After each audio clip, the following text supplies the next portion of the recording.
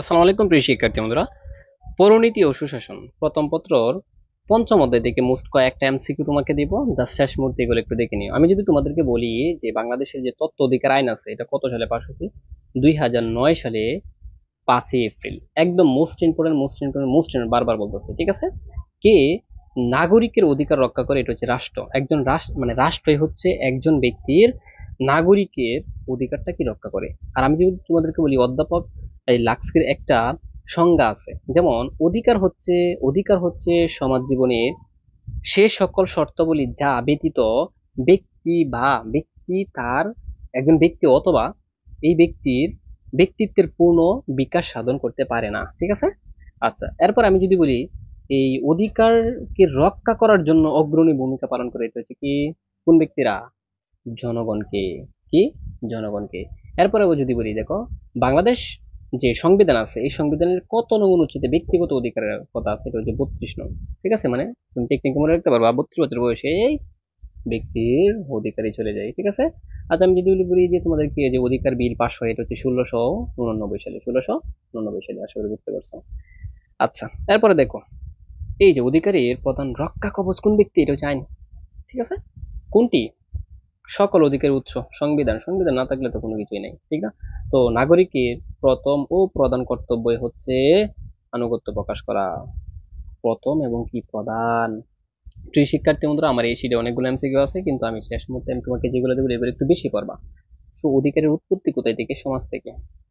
একটা অধিকারের উৎপত্তি যেগুলো আমি লাল মার্ক করে রাখছি এগুলো একটু বেশি পড়তে হবে। তত্ত্ব অধিকার আইন, এটা হচ্ছে কি রাজনৈতিক একটা অধিকার। তত্ত্ব অধিকার যদি থাকে, তত্ত্ব অধিকার, তখন এটা হচ্ছে রাজনৈতিক অধিকার, ঠিক আছে? সো সর্বশেষ নারী ও শিশু নির্যাতন দমন আইন সংশোধন হয় কত সালে? এটা হচ্ছে 2003 সালে। এটা পড়তে হবে, তোমাকে পড়তে হবে। কোনটি রাজনৈতিক অধিকার? ভোট দেওয়া। তার মানে ভোট দেওয়া একটা রাজনৈতিক অধিকার, এটা শিখবা ভালো করে, ঠিক আছে? ভোট দেওয়া একটা কি রাজনৈতিক অধিকার। এই যে দেখো, ভোটদান রাজনৈতিক, ভোটদান রাজনৈতিক, ভোটদান রাজনৈতিক, বাস কাজ শেষ। কথা কি বুঝছো? যেগুলো লাল মার্ক করা এগুলো একটু সর্বোচ্চ বেশি পড়তে হবে, সর্বোচ্চ বেশি করতে হবে। আর যারা এখনো শীট নেও নাই, মাত্র 50 টাকায় এটা নিতে পারবা। আর যদি অল বিষয় নিতে চাও, যা পরীক্ষা আছে first part second part science arts commerce সায়েন্সের সকল 210 টাকা আজকের অফারে নিতে পারো, ঠিক আছে? আমি যদি বলি যে সব আর সব, মানে একটা সব আর হচ্ছে সমিতি, এগুলো কোন ধরনের অধিকার? সামাজিক, ঠিক আছে? সো আইনগত, এটা হচ্ছে অধিকার কত প্রকার? 6 প্রকার। আইনগত 6 প্রকার, আইনগত 6 প্রকার, আইনগত 6 প্রকার, ঠিক আছে? এরপরে দেখো, আমি যদি বলি কোন অধিকার আজ মৌলিক অধিকারের রূপ লাভ করছে? এটা হচ্ছে তত্ত্ব। দেখছো, তত্ত্বটা আসলেই কিন্তু এটা মূলত মৌলিকে রূপদান করে ফেলছে, ঠিক আছে? এটা তোমাকে পারতে হবে, পারতে হবে, পারতে হবে।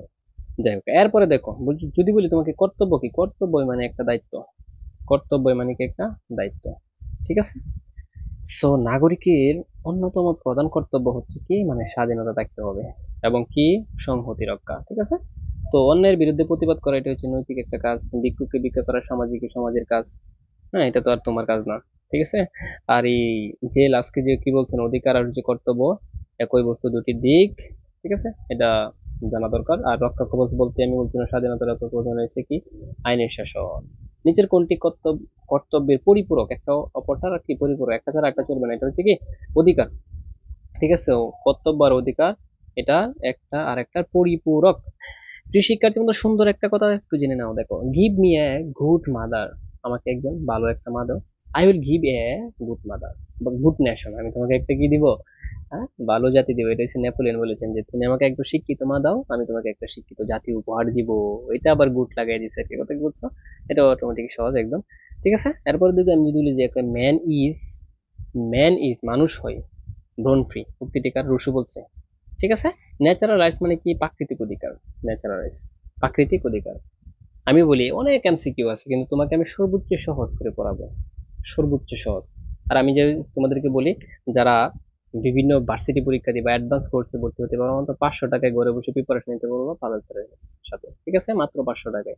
হাজার হাজার লক্ষ লক্ষ টাকা পুড়িয়ে, মানে যাদের সমর্থ নেই তারা যে কোনো ধরনের বিশ্ববিদ্যালয়ে পরীক্ষা দাও, তারা ঘরে বসে 500 টাকায় প্রিপারেশন নিতে পারবে অ্যাডভান্স ভর্তি হতে, ঠিক আছে? যদি পরীক্ষা চলাকালীন ভর্তি হও তাহলে মাত্র 500 টাকায় ভর্তি হতে পারবে, আর পরে ভর্তি হতে 1000 টাকা লাগবে। যাই হোক, এখন কথা হচ্ছে সুপ্রিম কোর্টের এ ধরনের ভূমিকায় কি প্রতিষ্ঠান পেয়েছে বা কি প্রতিষ্ঠা পেয়েছে? মৌলিক অধিকার, ঠিক আছে? তো জাতিসংঘের যে আছে, জাতিসংঘের সদস্যগুলোর বা রাষ্ট্রগুলো, রাষ্ট্রগুলো মানে সদস্য, বুঝছো? তো কোন দিনটিকে মানবাধিকার, বিশ্ব মানবাধিকার দিবস হচ্ছে 10ই ডিসেম্বর।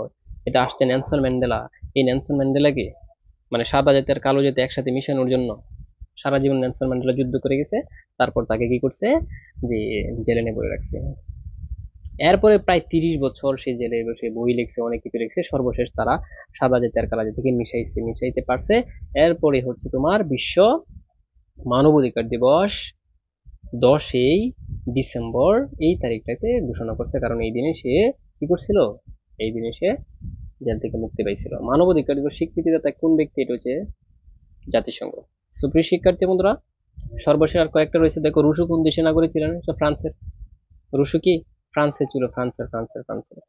সো জনগণের দ্বার, দ্বার মানে দরজা, এবং জনগণের দ্বার এবং জনগণের কি কল্যাণের জন্য যে শাসন, এটা হচ্ছে গণতন্ত্র। বাস কাজ শেষ। এরপরে যদি বলি মানব পাচার বিরোধী আন্তর্জাতিক কনভেনশন আইন গৃহীত হয় কত সালে, 1949 সালে। 1949। এরপরে আমি যদি বলি আন্তর্জাতিক শিশু অধিকার সনদ, এটা হচ্ছে কত, 1989। মানবাধিকার রক্ষা। সবরি শিক্ষার জন্য সর্বশেষ। তো আমি আবার বলি তোমাদেরকে, এরকম আপডেট ভিডিও পেতে অবশ্যই চ্যানেলটাকে সাবস্ক্রাইব করে রাখতে পারো, অথবা ফেসবুক থেকে দেখলে ফলো করে রাখতে পারো। ঠিক আছে? আর যারা এখন আমাদের অ্যাডভান্স কোর্সে ভর্তি হওয়া নাই, ঘরে বসে প্রিপারেশন নিতে পারবো ভার্সিটি জাতীয় বিশ্ববিদ্যালয় সহ। ঠিক আছে? মাত্র 500 টাকায়। এই 25 সালে তোমাদের জন্য বিশাল একটা সুসংবাদ।